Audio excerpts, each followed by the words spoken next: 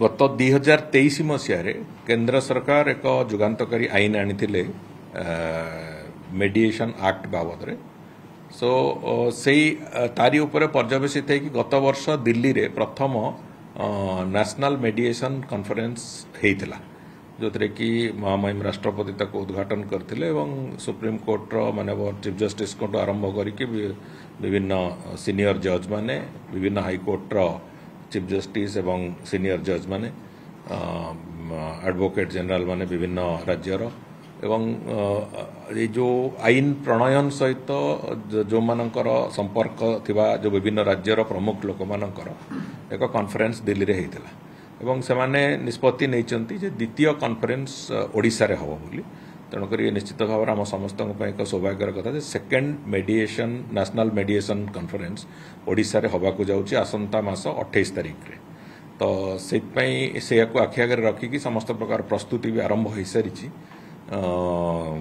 विभिन्न जो सचिव स्तर जो बैठक गुड़िक ऑर्गेनाइजिंग कमिटी बैठक ये सब गुड़िक आरंभ हो सारी एवं हाईकोर्ट भी तार प्रस्तुति जो भाई भाव में सब प्रक्रिया सहयोग से भी से आरंभ कर आम सफलतार सहित जमी हम से सुप्रीम कोर्टर से भाव में चीफ जस्टिस ऑफ इंडिया को आरंभ करी विभिन्न सीनियर जज विभिन्न हाईकोर्टर प्रतिनिधि विभिन्न हाईकोर्टर आसवा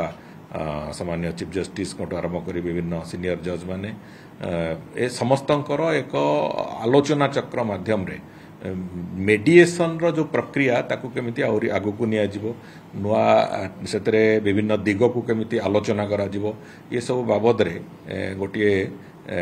प्रक्रिया आरंभ होची जहा फल रे अंतत आगामी दिन मानकर जो विभिन्न जगह केस रो पेंडेंसी जो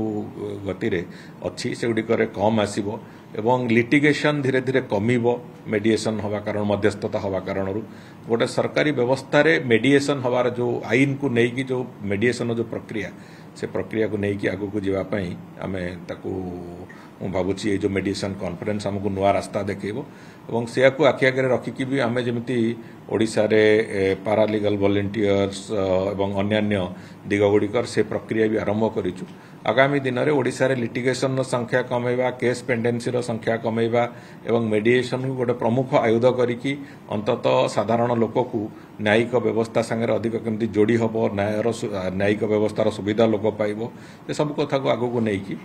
चलिबा पई आमे व्यवस्था करूछु मु भाबुची कॉन्फ्रेंस आम पई निश्चित भाव एक आशीर्वाद सदृश हो।